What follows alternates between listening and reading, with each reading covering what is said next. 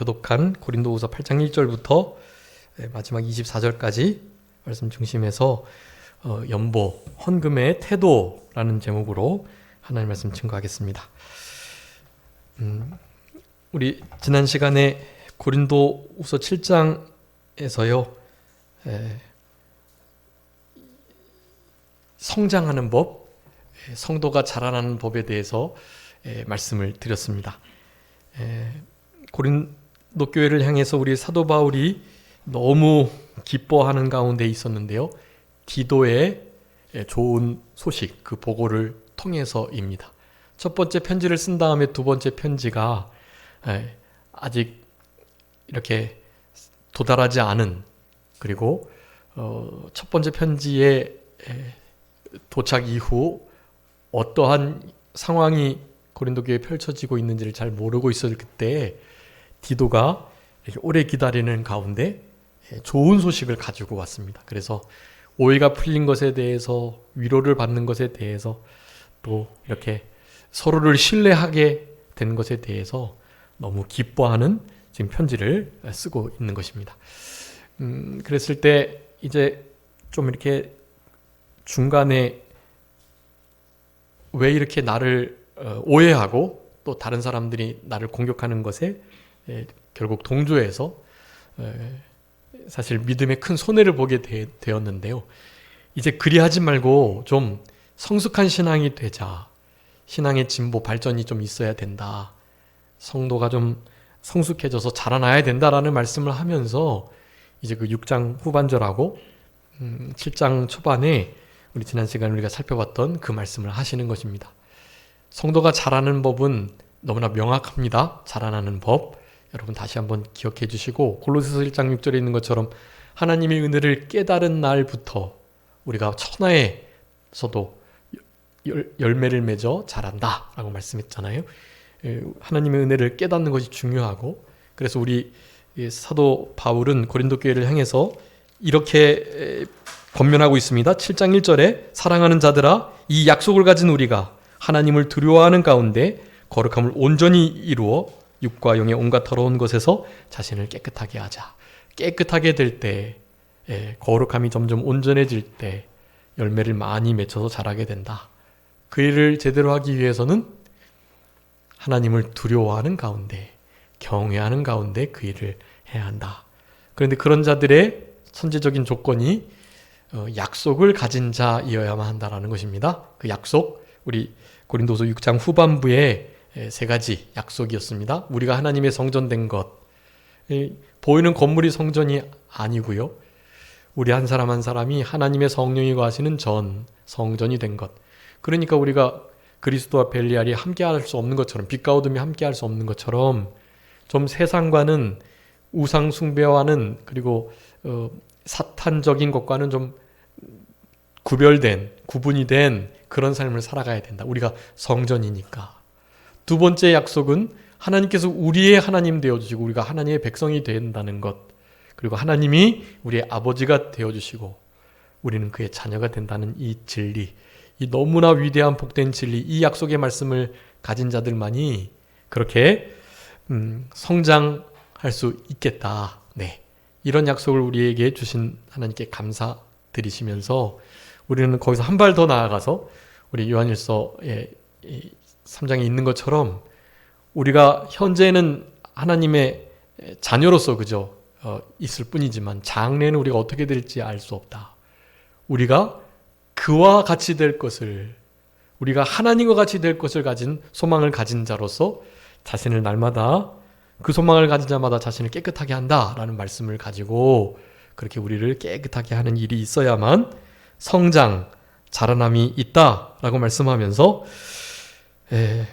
악하고 부정적이고 우상숭배적이고 세상에 관한, 세상에 속한 것들로부터 나와서 따로 있어 자신을 잘 지키고 세속에 물들지 아니하게 하고 부정한 것 만지지 말아라. 이 말씀으로 우리가 어떻게 자라날 것인지에 대해서 말씀을 해주셨습니다. 그래서 우리는 그런 신앙의 원리를 가지고 이제 주를 위해서 죽고 주를 위해서 사는, 특별히 근심이 두 개 있다 그랬는데, 하나님의 뜻을 이루는, 회개케 하는, 그래서 결국엔 우리의 신앙이 진짜 진보하고 발전하는, 회개에 이르는, 하나님이 뜻하시는 근심이 있고요. 하나는 사망에 이르는 세상적 근심이 있다. 네, 그런 말씀을 드렸습니다. 이 모든 것들을 우리가 이제 실제로 누리기 위해서는, 결국 신앙의 성장이 있기 위해서는, 오전에도 말씀드렸지만 여호와를 경외하는 그 신앙이, 이게 남은 자의 모습이고, 그것이 신앙이 성장하는 이들의 아주 필수적인 그런 요소라고 하겠습니다. 여호와 경외함, 여호와를 가장 사랑하시고요, 그리고 가장 두려워하시면서 그분의 눈동자 앞에서, 누가 알아주지 않아도 주님 다 알아주시니까, 누군가가 나에게 해코지해서 아무도 깜짝같이 모르게 당했는데 주님은 아시니까 주님께서 해결해 주시고, 또한 주님께서 보상해 주시고 그리 해 주실 거예요. 하나님께서 우리에게 바로 경외하는 마음, 그것을 우리에게 두신 이유가, 내가 너희를 영영토록 떠나지 않겠다 하는 그 약속의 말씀, 그 약속의 말씀을 성취해 주시기 위해서 우리에게 여호와 경외하는 마음을 두셨다 그랬어요. 여호와 경외하는 마음이 있으니까 그 경외하는 마음을 가지고 우리를 하나님이 안 떠나시지만 우리가 하나님을 떠나는 경우가 많은데, 우리도 하여금 하나님 떠나지 않게 하시려고 경외함을 두셨다.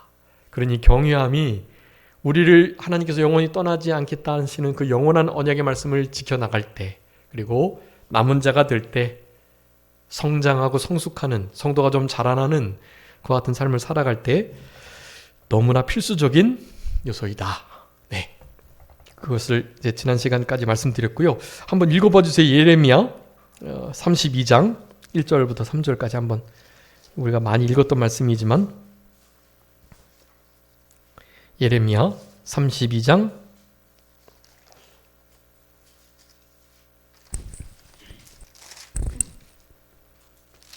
1절부터 3절입니다. 유다의 시드기야 왕 10째 해 곧 느부갓네살 18째 해에 여호와의 말씀이 예레미야에게 임하니라. 그때 바벨론 군대는 예루살렘을 에워싸고 선지자 예레미야는 유다의 왕의 궁중에 있는 시위대 뜰에 갇혔더니. 잠시만요, 제가 잘못 말씀드렸나요? 31장인가요?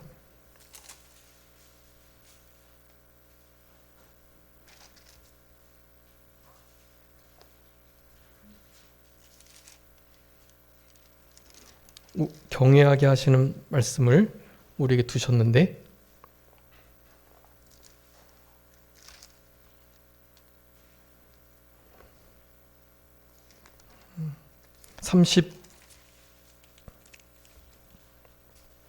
죄송합니다. 제가 잘못 말씀드렸어요. 32장 40절부터 한번 읽어봐주세요. 40절, 41절. 내가 그들에게 복을 주기 위하여 그들을 떠나지 아니하리라 하는 영원한 언약을 그들에게 세우고, 나를 경외함을 그들의 마음에 두어 나를 떠나지 않게 하고, 내가 기쁨으로 그들에게 복을 주되 분명히 나의 마음과 정성을 다하여 그들을 이 땅에 심으리라. 아멘. 여러분, 주님께서 우리에게 경외하는 마음 주셔서 여호와를 떠나지 않게 하시고, 또 영원히 우리를 떠나지 않겠다고 하신 그 약속의 말씀을 우리에게 확증케 하시려고 경외, 이걸 우리에게 두셨다 하셨으니까요. 여러분, 하나님을 두려워하는 가운데, 그러니까 경외하는 가운데 우리 자신을 깨끗하게 하면서 성장할 수 있는, 우리들이 될 수 있는 것입니다. 8장 말씀에는 이제 이어서 이제 오해가 풀린 상태에서 이제는 처음에 디도를 통해서 약속했던, 바로 지금 이제 예루살렘 교회가 되게 어려움을 당했거든요. 기근이 들어서. 근데 여기 오늘 보면 1절에 보면 마게도냐 교회가 사실 고린도 교회보다도 훨씬 더 늦게 이 헌금에 대한, 그 예루살렘 교회가 어렵다는 걸 알고 헌금에 대한 부담을 가지고 그렇게 연보를 했는데요. 아직 고린도 교회는 한참 전에 준비해가지고 이제 예루살렘 교회를 돕도록 해야만 하는데 그 일을 아직까지 못하고 있는 거예요. 그래서 우리 사도 바울이 지금 이제 모든 관계, 성도들 사이에서 이 교역자와 관계가 신뢰가 쌓이고 이제 이를테면 목회자가 무슨 말을 해도 성도님들이 오해가 없는 관계가 돼야 이를테면 흔히 우리 말하는 헌금, 연보에 관한 말씀을 할 수 있겠잖아요. 사실 그런 관계가 아니 되더라도 하나님께서 헌금에 대하여 말씀하게 하시면 당연히 해야 하는 거고 그건 어쩔 수 없고 믿지 않은 사람들은 뭐 교회에서 회비 걷는다, 교회에서 돈 걷어가지고 목사가 좋은 차 타고 다니고 좋은 집에 살고 그러고 다니려고 그렇게 한다. 이 목사도 사자 들어가는 직업이라 돈 많이 번다. 막 이런 유의 소문들이 지금 많이 있으니까요. 만연돼 있으니까 더욱더 이 교회에서 헌금에 관한 말씀을 잘 못하는 것 같아요. 그렇지만 우리 교단 같은 경우는 헌금 얘기를 정말 잘 안 하거든요. 왜냐하면 정말 자원해서 알아서 잘 내시니까요. 네, 잘 내시는데 그럼에도 하나님 앞에 하나님이 기뻐하시는 뜻을 따라서 하나님이 이렇게 원하시는 때에 그렇게 헌금을 하도록 연보를 하도록 하는 때가 반드시 있어요. 그런 때에는 말을 그동안 안 했더라도 당연히 목회자가 어떤 오해를 받는 형편이라도 당연히 해야죠. 하나님 앞에. 그것은 하나님의 종이 하나님께서 하라는 일을 당연히 순종하여 해야 하는 것이에요.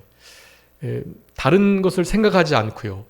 성도들이 어떻게 생각할지 모르지만 어떻게 생각하여 오해할지라도 하나님께서 그렇게 말씀하시면 해야 하는 거예요. 그런 것은 당연히 강요가 아니고요. 하나님께로부터 감동을 따라서 스피커처럼 전달하는 거라는 것을 성도님들이 사실 대부분 알고 계시지만 그럴지라도 막 이렇게 너무 헌금을 교회에서 강요하거나 계속해서 말을 하거나 주보에다가 헌금 누구 얼마 했다고 기록해두고 또 누가 어떻게 했다고 계속 광고를 하면서 이렇게 헌금을 좀 마치 강제로 거둬들이는 듯한 그것만 모든 교회가 관심이 있는 것처럼 그렇게 해나간다면 그것은 하나님의 영광을 가리우고 사실 빛과 소금의 역할을 전혀 할 수 없는 그런 상태에 있는 것입니다. 그렇게 하는 것은 너무나 잘못된 일이지만 아무런 말도 안 하는 것도 그것은 결코 옳은 게 아니에요. 사도 바울은 너무나 명확하게 지금 하고 있습니다. 너희들 예루살렘 교회를 향해서 디도를 통해서 헌금하기로 약속을 했는데 벌써 1년이 다 돼가는데 마게도냐 교회는 벌써 그 일을 마쳤다. 너희들 그 일을 믿음으로 기도해서 성취해라 라고 말씀하고 계시는 것입니다. 그래서 연보, 헌금은 어떻게 해야 할 것인가에 대해서 우리 고린도 후서 이번 이 8장 그리고 9장이 아주 귀한 그 인사이트, 헌금에 대한 아주 중요한 내용들을 그렇게 잘 담고 있는 말씀이라고 할 수가 있겠습니다.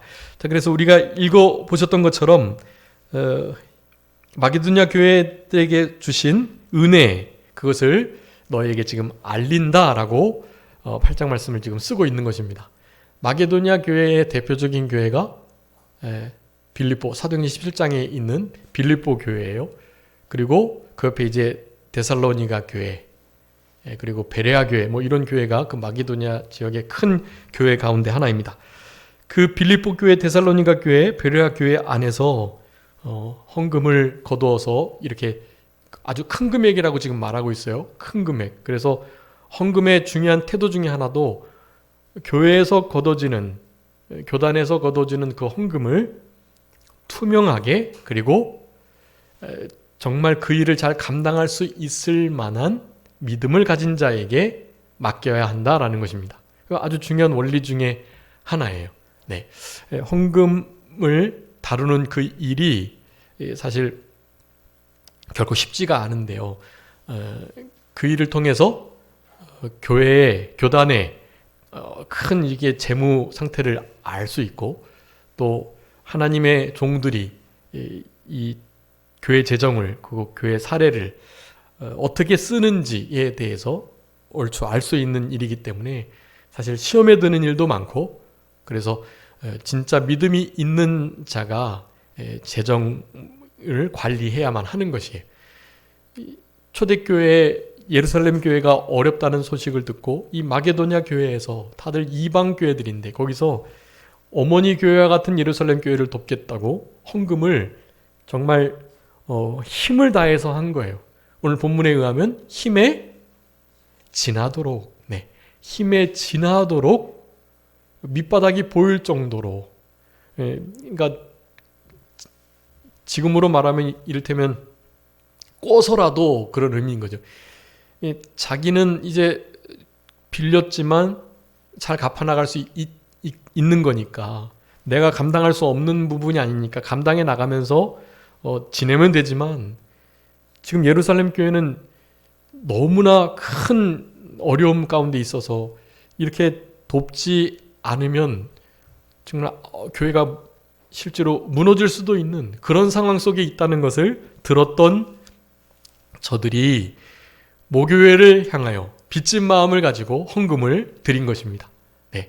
그런 헌금이기에 사실 액수가 작다 해도 결코 어떠한 차질이 생기지 않도록 그것을 아주 분명하게 그리고 깔끔하게 투명하게 헌금에 대한 부분을 처리해야 한다는 것, 그것을 말씀하시면서 우리 일반 교회를 향하여 헌금을 어떻게 다루어야 할 것인지에 대해서도 그렇게 말씀해 주시는 것이라고 할 수가 있겠습니다. 그래서 연보의 모본을 1절부터 5절까지 마게도냐 교회를 들어서 설명해 주고 계시고요. 이 연보가 곧 은혜다라는 말을 지금 이제 이 6절부터 하고 계세요.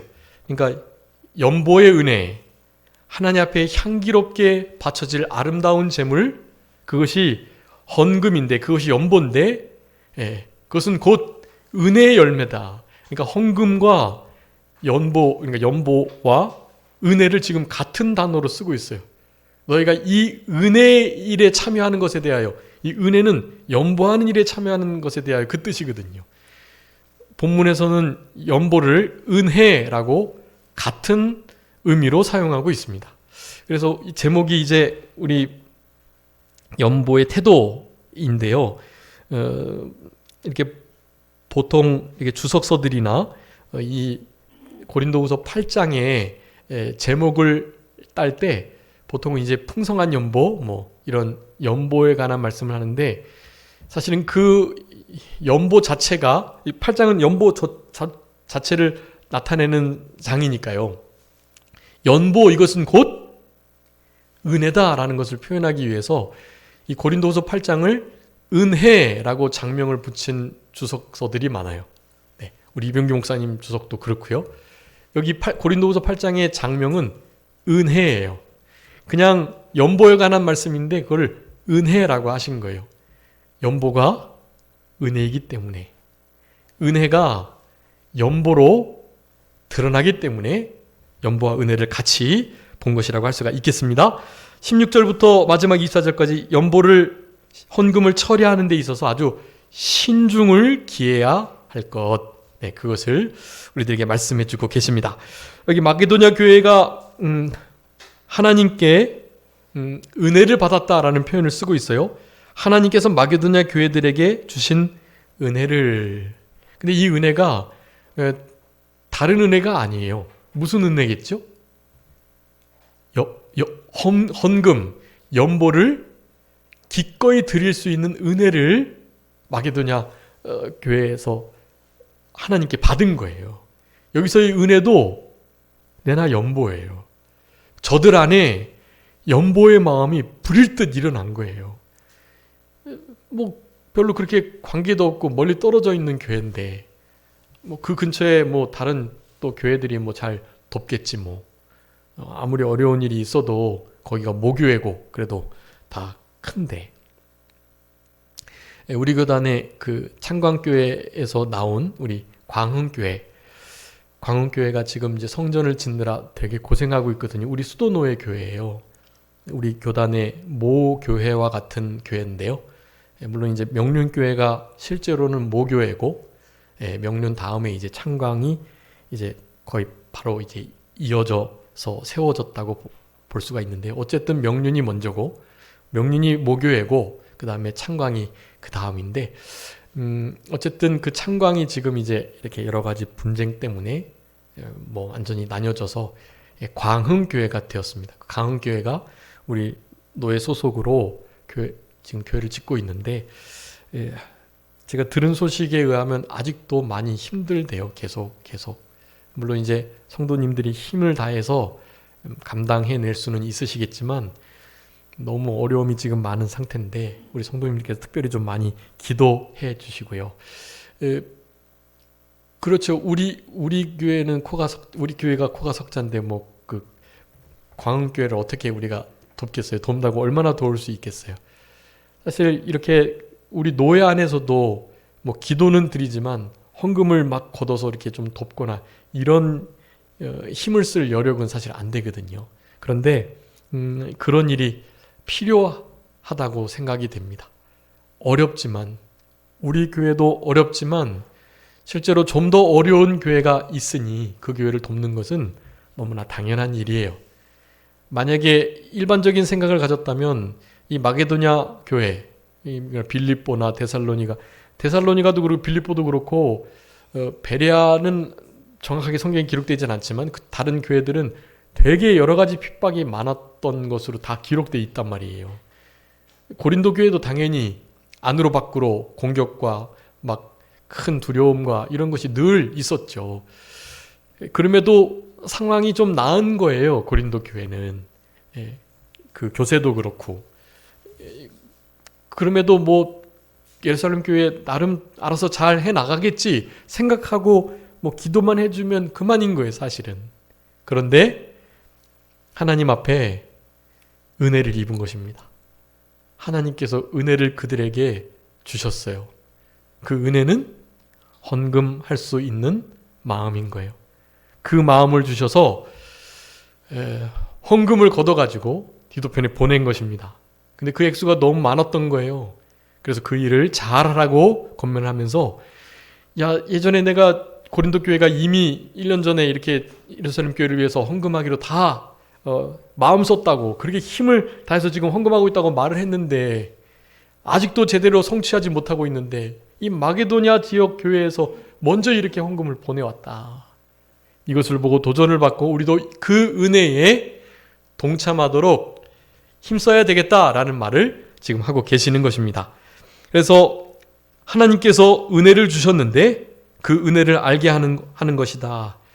근데 그것이 보통 일이 사실 아니었고, 2절에 보니까 환난의 많은 시련, 거기서 넘치는 기쁨이 있었다.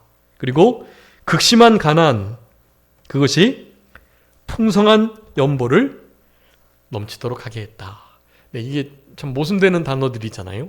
여러분, 환난이 있는데 많은, 아주 환난의 극심한 시련이 찾아온 것입니다. 거기에 대한 내용을 분명하게 말하고 있진 않지만요, 어쨌든 교회들을 공격하는 일은 사탄이 하는 일이기 때문에 너무나 명확하죠. 교회에 제대로 교회 생활하지 못하도록, 교회 생활을 함에 있어서 진리를 양보하도록, 세상이 미워하니까 세상이 미움을 받아가지고 교회가 점점 어려워지도록 하는 여러 가지 일이 있었던 거예요.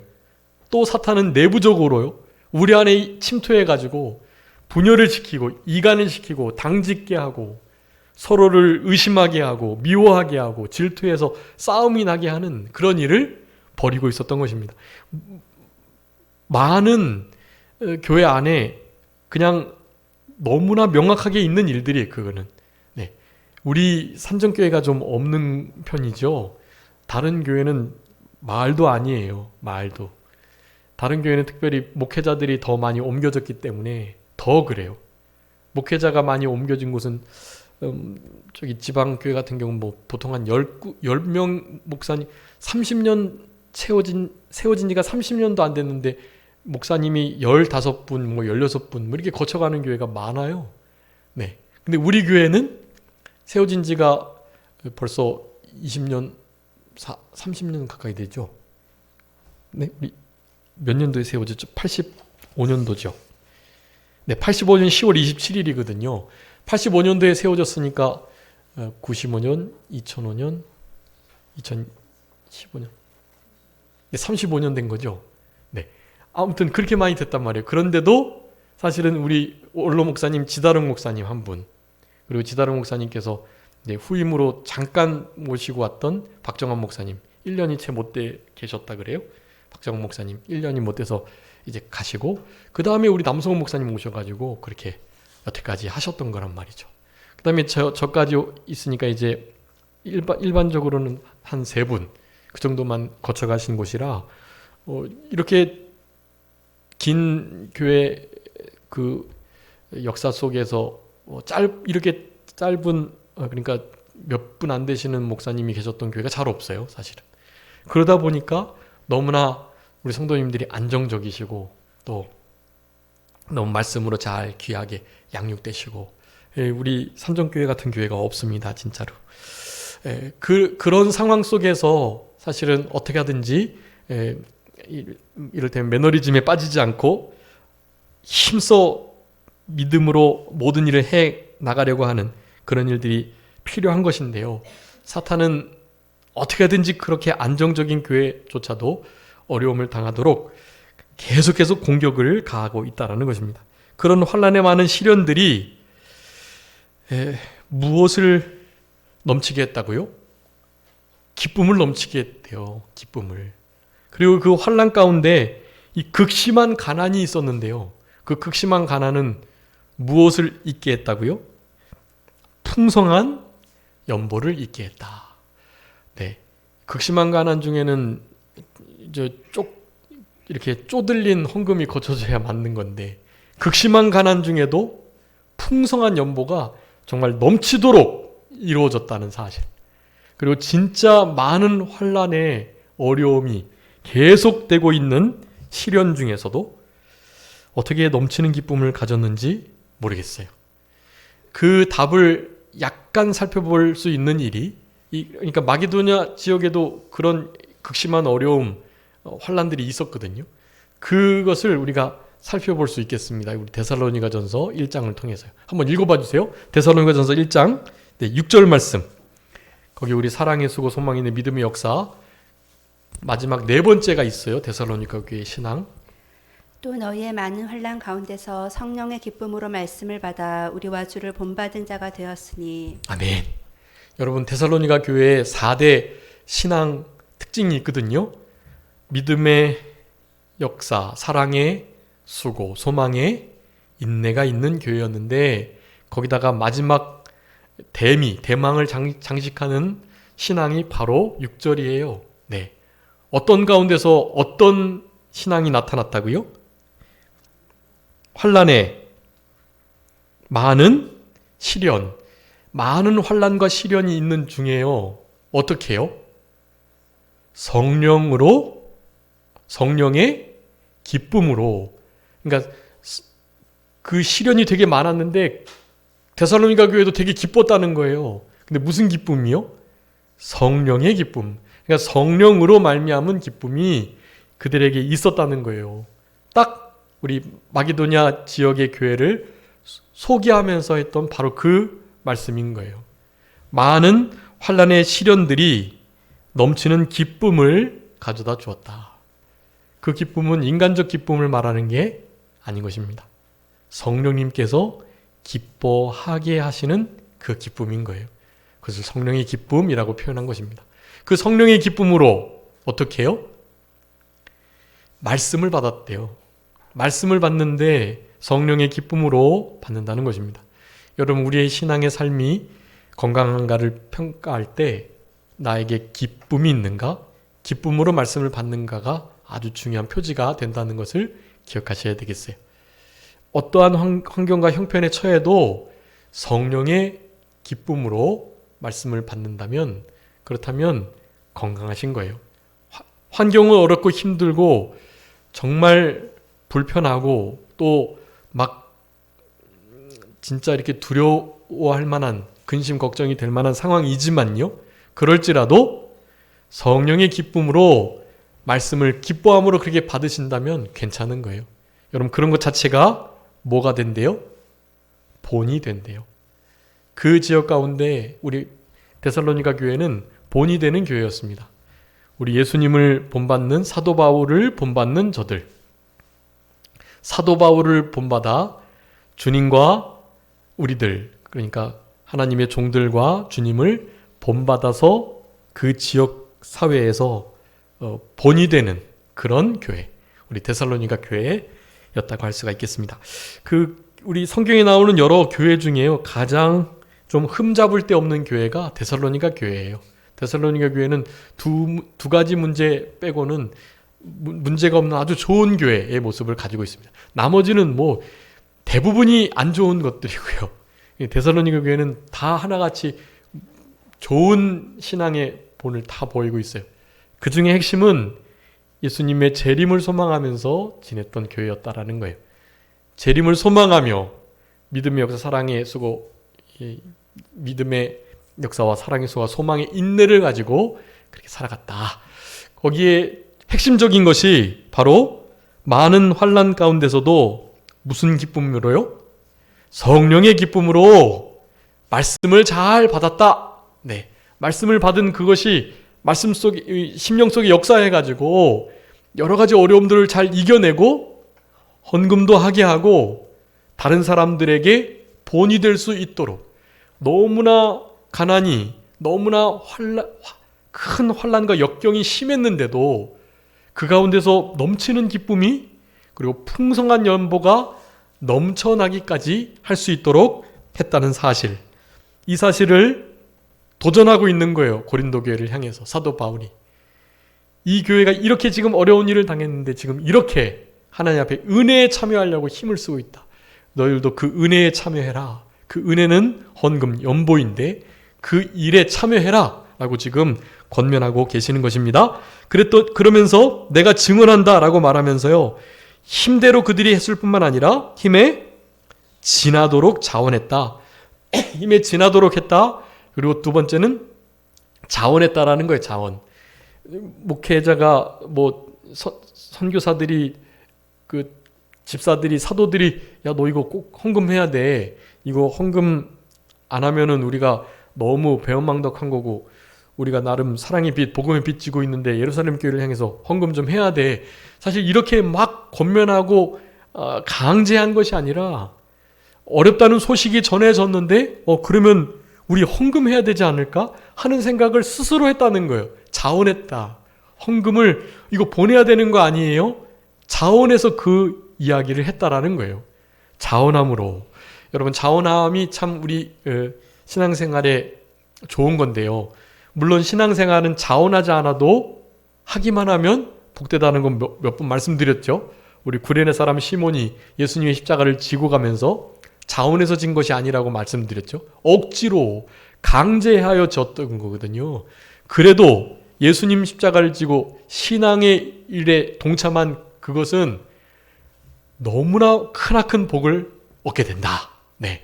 그러니까 믿음 생활은요, 억지로라도 하는 게 좋은 거예요. 억지로 성경 읽으시고, 네. 억지로 기도하시고, 억지로 좀 봉사하시고, 그런 일이 필요해요. 믿는 신앙의 일에는요.